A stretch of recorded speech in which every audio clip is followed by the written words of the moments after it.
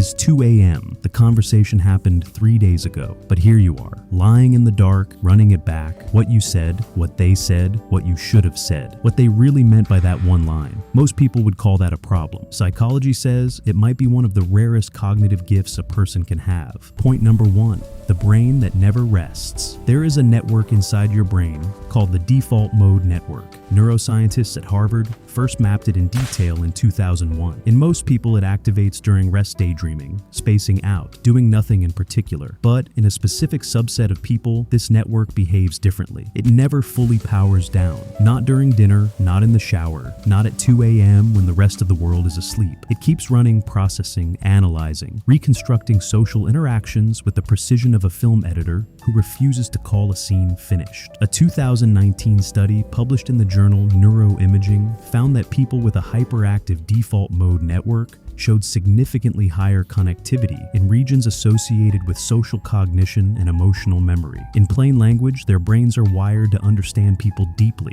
Not because something went wrong, because something went very right. If your brain just recognized itself in that, hit subscribe and drop a clock in the comments right now if you have ever replayed a conversation. Point number 2. The gift you misread as a flaw. Here is what nobody tells you about people who replay conversations. They are not replaying because they are insecure. They are replaying because they care. Psychologists identify a trait called empathic accuracy, the ability to precisely infer what another person is thinking and feeling based on what they said and how they said it. A landmark study by William Ickes at the University of Texas found that people with high empathic accuracy spend significantly more time mentally revisiting social interactions. Not because the interaction went badly, but because their brain refuses to accept a shallow reading of another human being. You replay that conversation because somewhere in it there was a flicker of something, a hesitation, a word choice, a pause that lasted half a second too long, and your brain flagged it. And your brain was probably right. That is not anxiety. That is perception operating at a level most people never reach. Point number 3. What you built without knowing it. There is a paradox at the center of this kind of mind. The same brain that replays conversations at 2 a.m. is the same brain that reads a room before anyone else does. The same brain that agonizes over one sentence is the same brain that chooses its words more carefully than anyone in the room. The same brain that feels everything too deeply is the same brain that understands people too clearly. Cognitive psychologists call this social pattern recognition. Every replay is not wasted energy. It is data collection. You have been quietly building a library of human behavior. How people act when they are afraid, when they are lying, when they are trying to impress you, when they actually mean it. The world's best negotiators, therapists, writers, and leaders share one unusual trait. They all learned somewhere along the way to pay extreme attention to what people actually meant, not just what they said. You have been doing that your whole life. You just called it overthinking. The line you need to know.